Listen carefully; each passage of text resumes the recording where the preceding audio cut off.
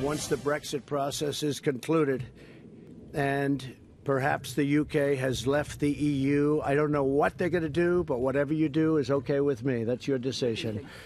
Whatever you're going to do is okay with us. Just make sure we can trade together. That's all that matters. The United States looks forward to finalizing a great bilateral trade agreement with the United Kingdom.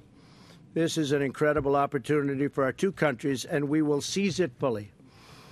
We support the decision of the British people to realize full self-government, and we will see how that goes. Very complicated negotiation and not an easy negotiation, that's for sure. That was the president earlier today reaffirming the United States' commitment to a strong trade relationship with post-Brexit England. Joining us now with a reaction, he is the Brexit leader, Nigel Farage. How are you, my friend? Good to see you. Very well. Good to see you here. Why didn't you come to the protest with me? Because I'm hated even more than Donald Trump. And in fact, I went into a building in Westminster earlier, and they found I was there. They gathered outside. The protesters? Oh, yeah. I had to be got out the fire exit out the back. But look, I've got you a souvenir. Oh, you did? No, I do. You came bearing there gifts? we are. I think it's very important that we have that. No to torture. Wait, could you sign it for me? Absolutely. You mind? There you go. Because you've got to remember that Trump is guilty for climate change, torture. Well, that's every there's virtually nothing in the world. By the way, you know, 14 states have record low unemployments for Hispanic Americans, African Americans, women in the workplace. Oh, and we have more jobs available in America than we have people that take them that are on unemployment. But there's no rationale to this. Do you know, every one of those people out there are the same people that go on the anti-Brexit marches. You know, it's just the same crowd. So what the president in the Sun obviously took Theresa May to task. Yeah. I told her how to do it. She didn't do it right. She didn't.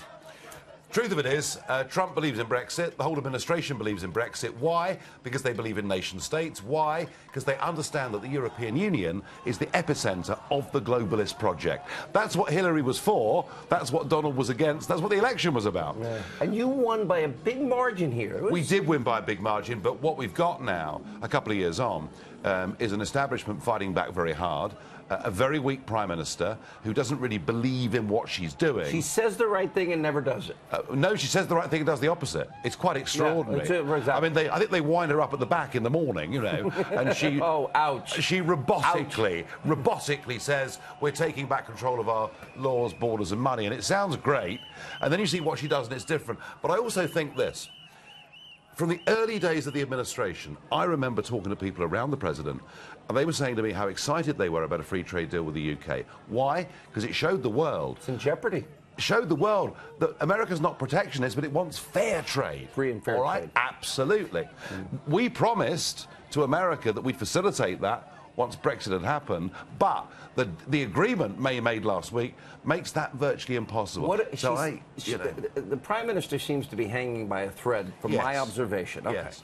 Boris Johnson, big speech coming up on Monday. Do you have a chance? Because he wasn't pro-Trump that I remember. Oh, look, the idea that they're good friends is nonsense. You know, I mean, Boris... I love your honesty. Well, come on. I mean, you know, Boris didn't even want Trump to come to London. But, hey, times change, and there are certain politicians who can be a little bit malleable with these things. A little bit? Just the way it is. Little. Why don't you run for Prime Minister? Well, truth is, Boris did join the Brexit party. He may have came late, but he did, and he was important. If we had Boris as leader, we'd be in a far better place than we are with Theresa May. Middle England is in uproar. Do you support him?